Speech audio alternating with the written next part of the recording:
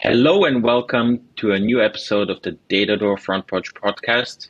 Today we have a packed show again, talking about breaking news, the potential TaxProper acquisition by Opendoor.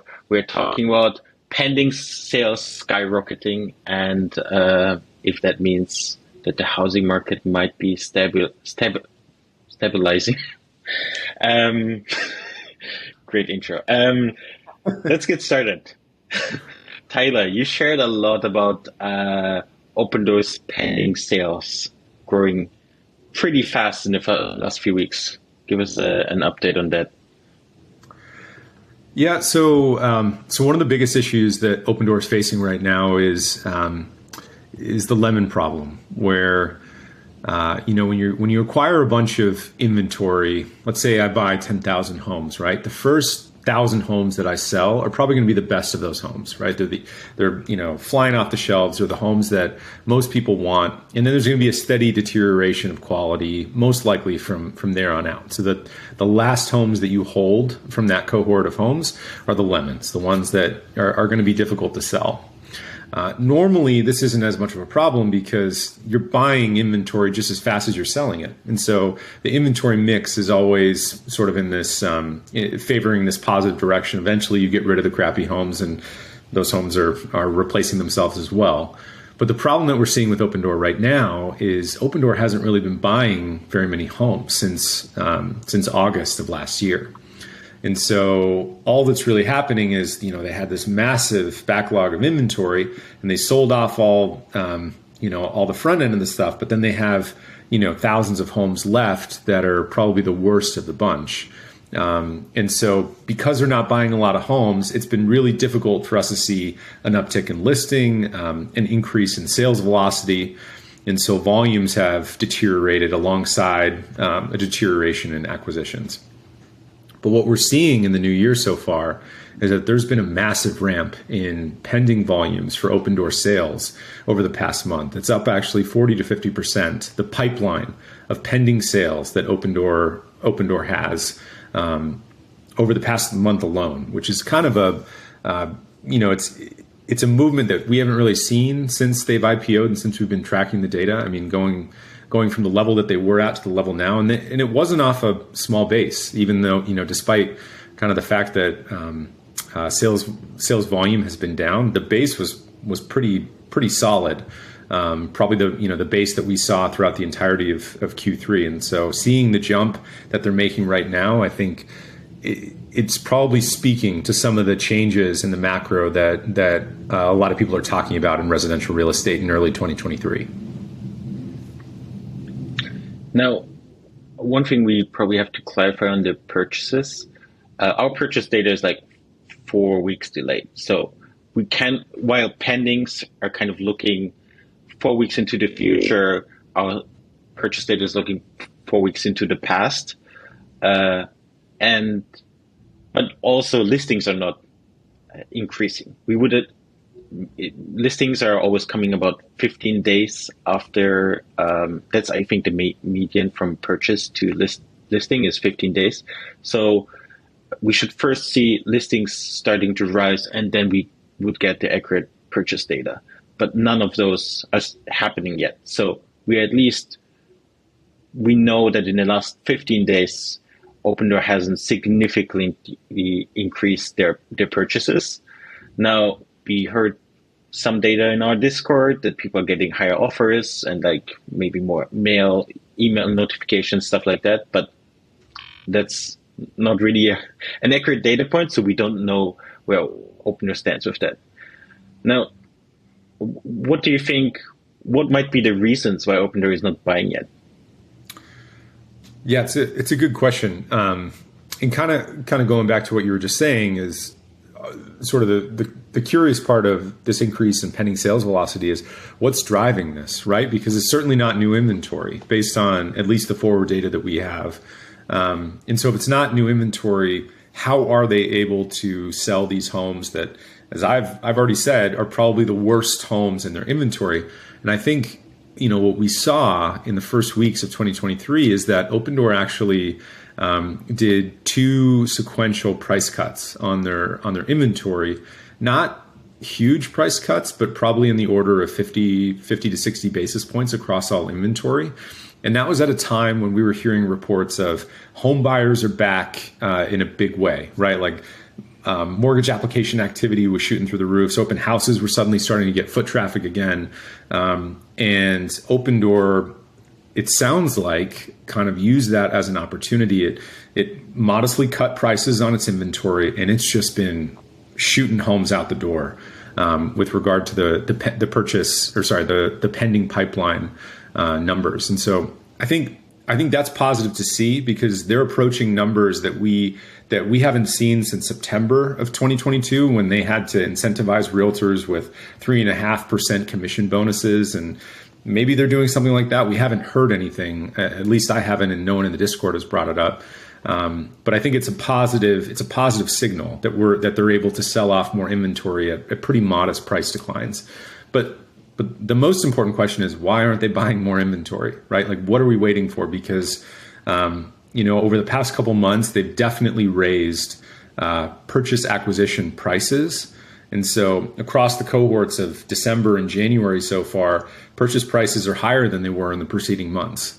And so they're paying more for houses, but they're still not ramping acquisition volume. And so what are they waiting for? They're waiting for the Zillow partnership to take over? Are they waiting for, to see that the Fed is going back to more normalized interest rate policy, going back to 25 bips per raise? Because I think that would be a really great all clear signal for them that, okay, now the Fed is going to behave normally. And in that type of environment, I think Opendoor would do very well. It's just when you get in these 75, 100 basis point hike range that it's really hard to predict what's going to happen to buyer demand.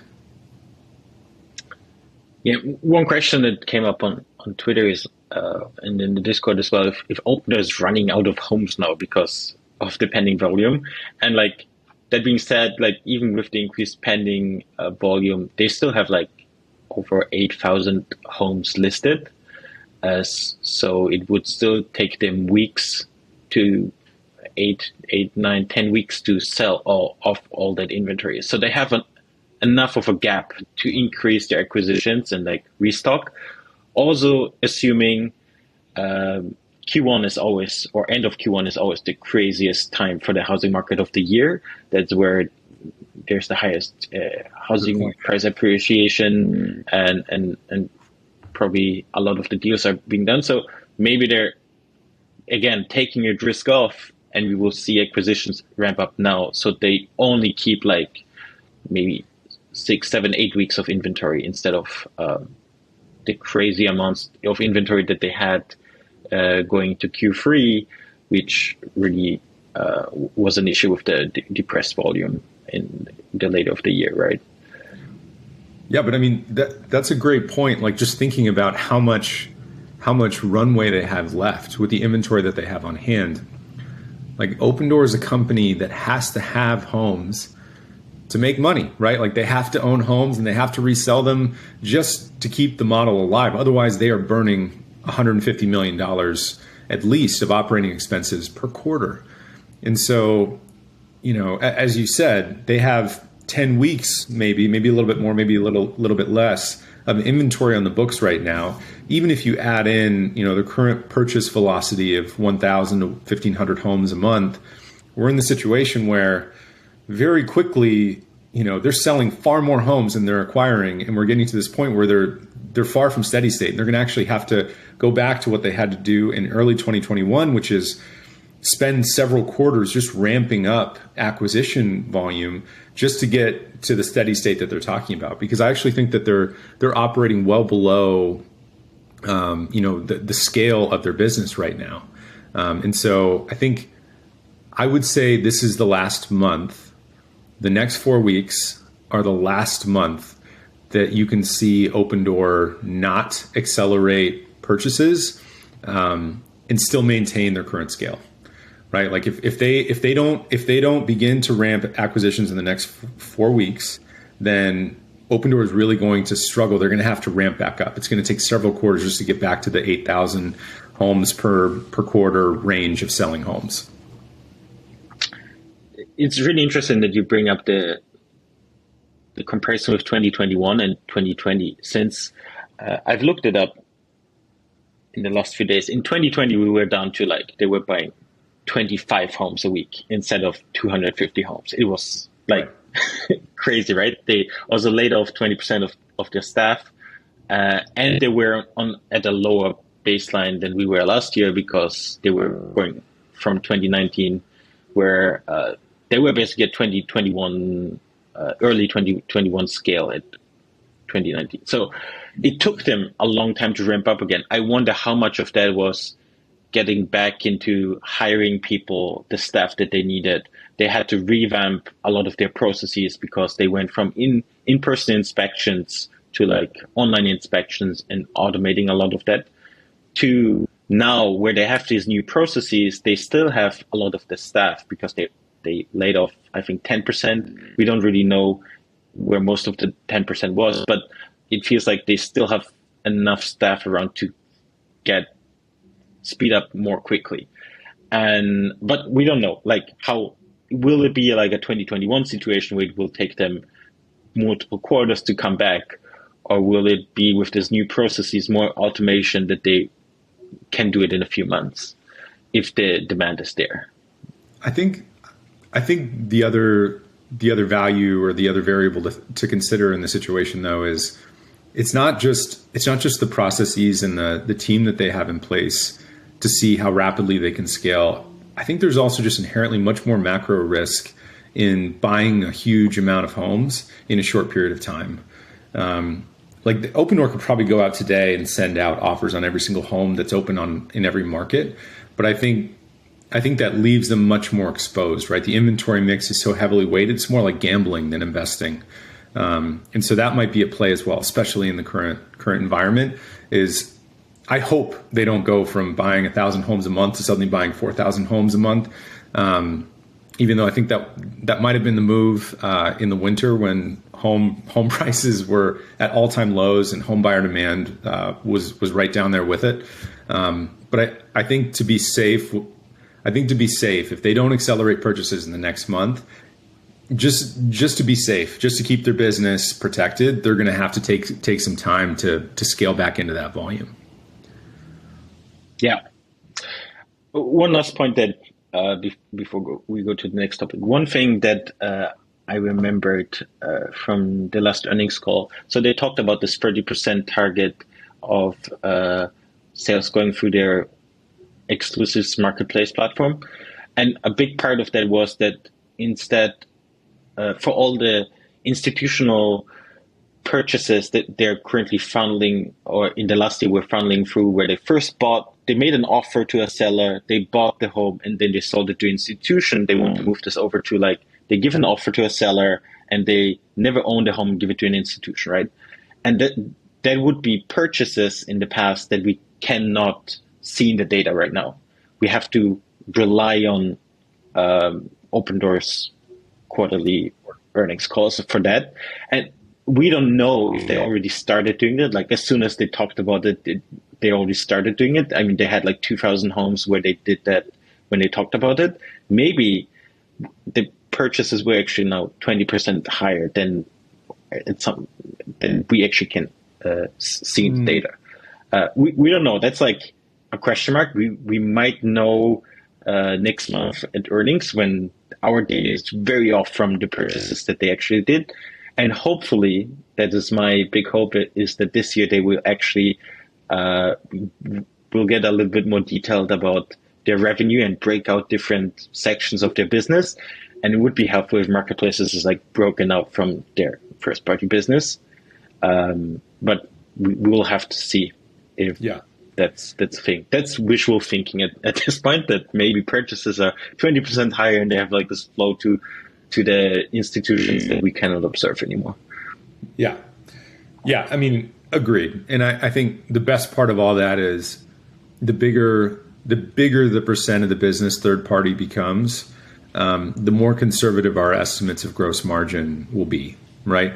We're going to have to continue to revise our gross margins higher as that becomes a bigger portion of their business, because third party is monetized like software, whereas first party is monetized like the worst business, the worst profitable business that you can possibly think of. Like the difference between 6% gross margins and 60% gross margins.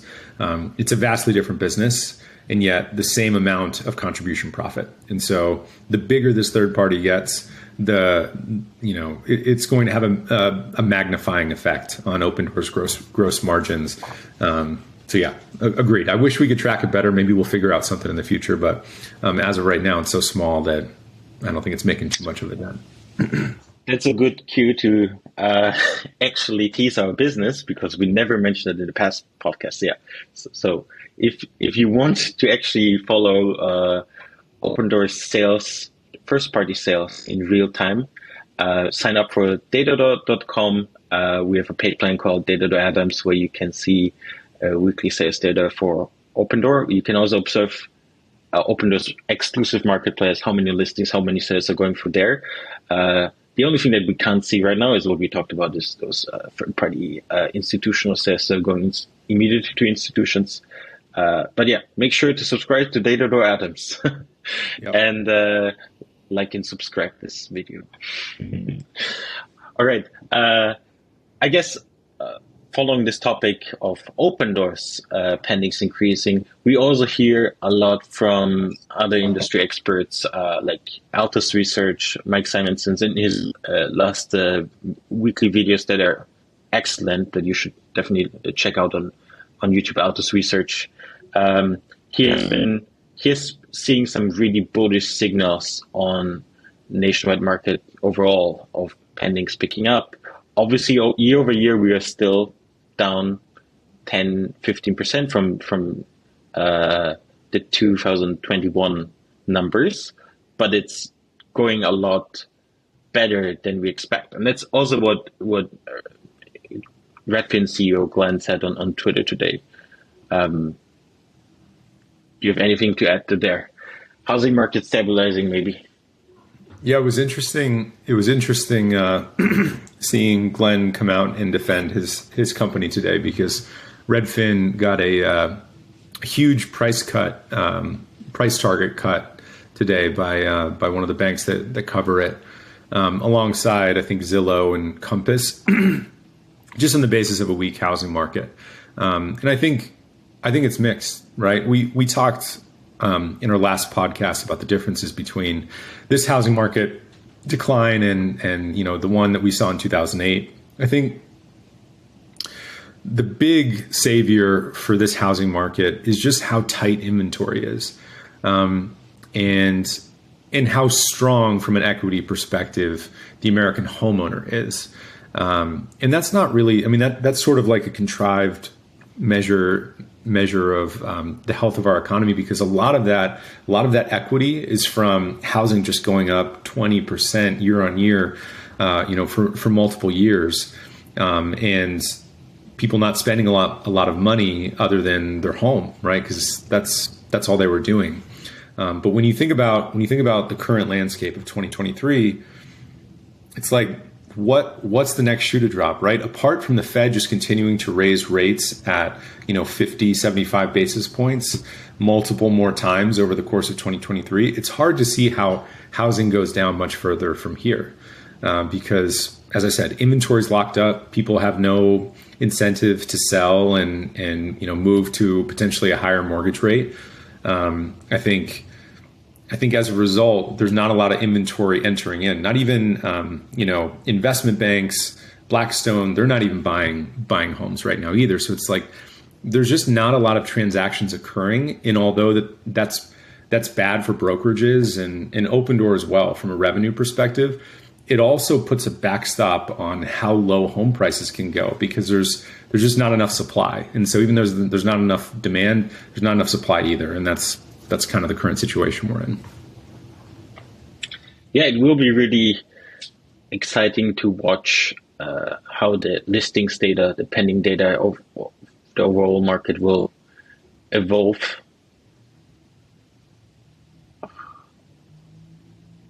Did you still hear me? I think we broke up there. I could hear you.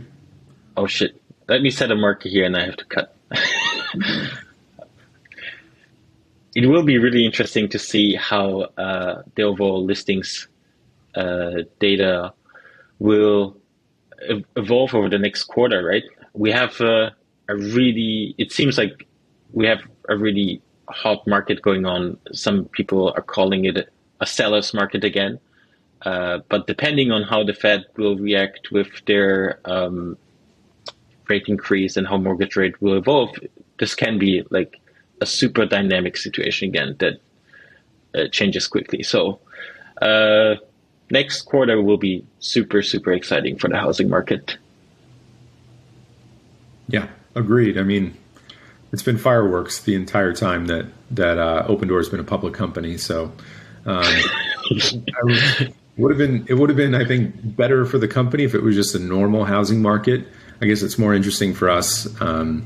But yeah, who knows? Who knows what's going to happen? Yeah. I remember last year, Opendoor has been always reporting earnings like on the worst days. I think last year, Q1, they announced earnings the day after the Ukraine war started. Like, absolutely worst time to report earnings for the stock price, and didn't go much better from there. Yeah. Let's talk about our last topic. We have breaking news that Opendoor might be acquiring TaxProper. TaxProper is a YC company from 2019 that helps institutional owners to pay and manage their property taxes.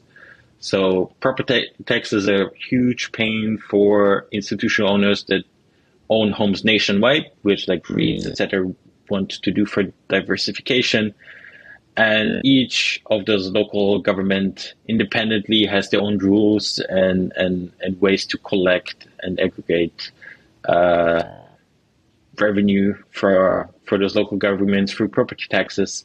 And this startup was looking to making this easier. And it seems, based on some detective work that we did on the Discord today, that they got acquired by Opendoor. And before we jump on what that means for Opendoor, I want to share how we actually figured this out. So we've seen that Opendoor has been posting a lot of new job listings referencing TaxProper. That was a really good indication. But what we then saw is that it's basically the same job listing descriptions, very close to what TaxProper was posting a few weeks ago as well. So it looks like Opendoor is hiring for the TaxProper team as part of Opendoor, which is a very strong indication that Opendoor actually acquired TaxProper. We haven't seen an official announcement yet. Those job listings showed up as of like a week or two ago. The company also lists as acquired in the YC dictionary, but there hasn't been no press release. We'll likely hear about that closer to the earnings call and see if that's true. I mean, I can't think of any other explanation other than an acquisition why Opendoor would have TaxProper job listings for their Opendoor enterprise team, which goes into the next topic. Is I don't think Opendoor actually shared a lot about what Opendoor enterprise is, and Tyler and I have been following this for a while. Since its previous name, it has been formally named Opendoor Homebase. Maybe Tyler, you can tell us a little bit about what Opendoor Enterprise is, since Opendoor hasn't really told us anything about it. Yeah, so again, this is all detective work, right? Because there's been no press releases about Opendoor Homebase. It's a very kept quiet and yet growing division of Opendoor Technologies. And the idea here is that Opendoor wants to be the middleman for institutional purchasing and selling of residential real estate. And I think if we step back a second and separate ourselves kind of from this conversation, but just think about the opportunities, that are available to enterprising entrepreneurs in the United States, you got to imagine that the most valuable opportunity that is untapped right now is to become a middleman in residential real estate.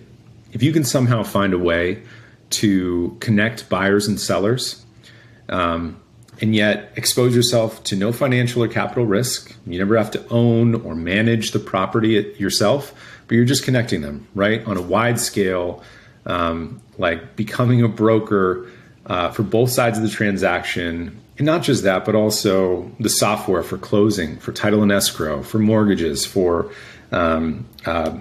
moving, for collecting rent, for collecting property taxes and HOA, which is a piece that I think is solved for with this new acquisition. That is a massive untapped business opportunity. And what Opendoor has been doing, at least for the past year or two with Homebase, is they're trying to become that settlement layer between institutions and individual homeowners or buyers. And so what that process looks like is Opendoor offering use of their pricing algorithm, of their closing technology, of their resources and analysis, and sort of lending that to these large scale real estate investment trusts, institutional buyers, so that they can buy homes at an advantage. Right. And the crazy thing is, it sounds like this is not a very saturated area. It sounds like a lot of these big institutional players were essentially using spreadsheets before Opendoor came up with this technology. Very similar to what Southwest Airlines has been doing, around the holidays with booking flights between passengers. I don't know if you heard about that, Sebastian, but there were a lot of issues with flights with Southwest Airlines because they were using basically Excel documents to manage flight bookings. So yeah, there's a lot of problems with that. And basically what I'm getting at here is Opendoor has started to build that technology, but there's all these edge cases attached to that so that they can be sort of a full stop shop for these institutional players, so that they can bundle their services and make it increasingly appealing for these companies. And the best part of all of this is that it's software revenue, right? Software revenue is software margins. And so that's going to look really nice, in addition to Opendoor's first party business. And so I was excited to see this. I think funding for this company, TaxProper, was $2 million at last estimate. And I cannot imagine a tax company for residential real estate is doing very well right now, solo, or has been for the past 6 months. So I don't think Opendoor probably had to spend too much of their very important and precious capital to onboard this team if they did. Yeah, I think this is really exciting news because at the end of last year, we saw Opendoor cut a lot of product lines. They cut the Opendoor Financials, which was and also a company that they acquired earlier that year, Red Door, to build like a marketplace for mortgages. They cut the Opendoor Max, which was their experimental app. So we really didn't know where Opendoor Enterprise Homebase really stood, other than like job listings, because they don't really talk about it. But with that acquisition, it seems like Opendoor is really doubling down on that together with their marketplace and the first party and third party business that are probably the big pillars going forward. And my hope here is really that maybe as part of this acquisition announcement or in the upcoming quarters is that we hear more about this. Like the only way we know about this is from job listings, from expert interviews, and from observing what Opendoor is doing. So we've seen last year Opendoor has been involved as an agent in like hundreds of home transactions in the major markets to help institutions acquire homes, because institutions cannot just go and buy homes from the MLS. They need like an agent. They need somebody to represent them, and those, like you mentioned, those systems of looking for homes, acquiring homes, is really antiquated. They have like Excel sheets, and then they're reaching out to local real estate agents and inquiring homes like that. What Opendoor is trying to do is like really modernize this and uh, give REITs and institutional owners the same tools that they're using to buy and manage homes internally. Like we know they own thousands of homes at any given point. There's so much that goes into that, right? They have a whole vendor network of people that like do repairs and maintain their homes. They probably have all this estimations on like when the grass has to be cut in a certain market, and so they can send in people to repair it. Like nobody's manually assessing that. There's probably estimates for that, and all of these algorithms, all of that expertise that they built in maintaining thousands of homes, they can offer that to institutions, and that's really exciting. And we have, based on LinkedIn and job listings, the team behind Opendoor, the R&D team behind Opendoor Enterprise has to be like 50 people or something. It might be one of the biggest product lines inside Opendoor. So it's really exciting how this will evolve in the next year. And I really hope it will be part of a communication plan, so they share more about this, and we actually learn all the different areas in which Opendoor Enterprise is helping institutions. Yeah, I mean, totally agree. I think the secretive thing was great when Opendoor was doing very well and all growth stocks were doing very well. Now that residential real estate is doing very poorly and growth stocks are doing very poorly, especially Opendoor, I think a little bit more transparency about sort of what the long-term vision is not only prudent but necessary. Someone needs to tell the story, and so if anyone from Opendoor is listening and would like to chat with us about Opendoor Enterprise, Homebase, or really anything about the company, we'd love to have that conversation.